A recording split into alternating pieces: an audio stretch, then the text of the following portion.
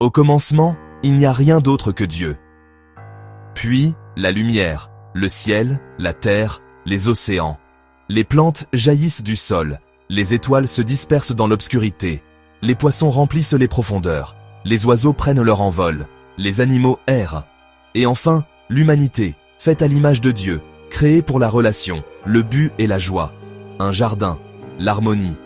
Une seule limite. La tentation murmure, les humains tendent la main, et la confiance se brise. La chute apporte la honte, la douleur et la mort dans un monde qui était très bon. Mais même ici, une promesse. Un jour, un descendant écrasera la tête du mal. Des générations passent, la violence enfle, un déluge remet les compteurs à zéro avec Noé, un nouveau départ sous une promesse arc-en-ciel. Puis Babel, l'orgueil monte, les langues se séparent, les gens se dispersent. Dieu appelle un homme, Abraham. Je te bénirai, et à travers toi, toutes les nations. Une famille devient une nation, Israël. L'esclavage en Égypte. Dieu les sauve par Moïse, sépare les mers, nourrit les errants, donne une loi qui révèle son cœur, aimer Dieu, aimer les gens. Dans le pays, les juges se succèdent, les rois, Saül, David, Salomon, un temple, un trône, puis la division, l'idolâtrie, l'injustice, les prophètes crient, revenez à Dieu, l'exil arrive. Pourtant, les promesses demeurent. Un roi viendra, un serviteur souffrira, une nouvelle alliance sera écrite sur les cœurs. Silence. 400 ans.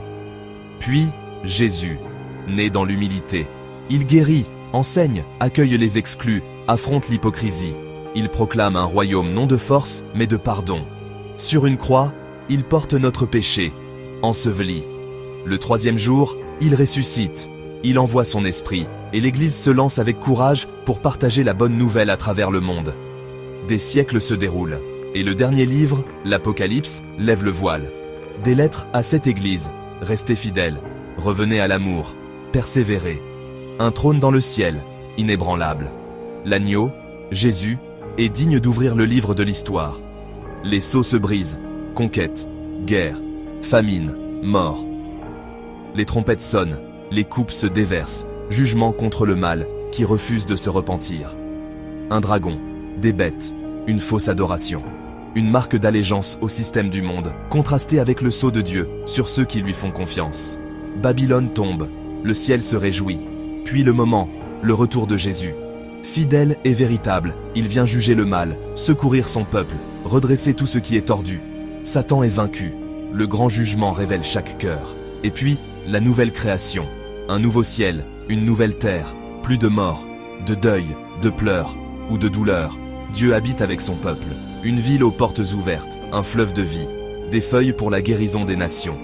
L'histoire qui a commencé dans un jardin se termine dans une ville-jardin, la création entièrement restaurée. Voici le cœur du message, l'évangile, la bonne nouvelle. Je ne pouvais pas monter à Dieu. Alors Dieu est venu à moi en Jésus. Il a vécu la vie que je ne pouvais pas vivre, est mort de la mort que je méritais, et est ressuscité pour que je puisse être pardonné et rendu nouveau. Par grâce, par la foi. Je suis accueilli dans sa famille, maintenant et pour toujours. Alors si votre monde vous semble chaotique, voici de l'espoir. Celui qui a commencé l'histoire la terminera magnifiquement. Tournez-vous vers Jésus, recevez son amour, vivez à sa manière,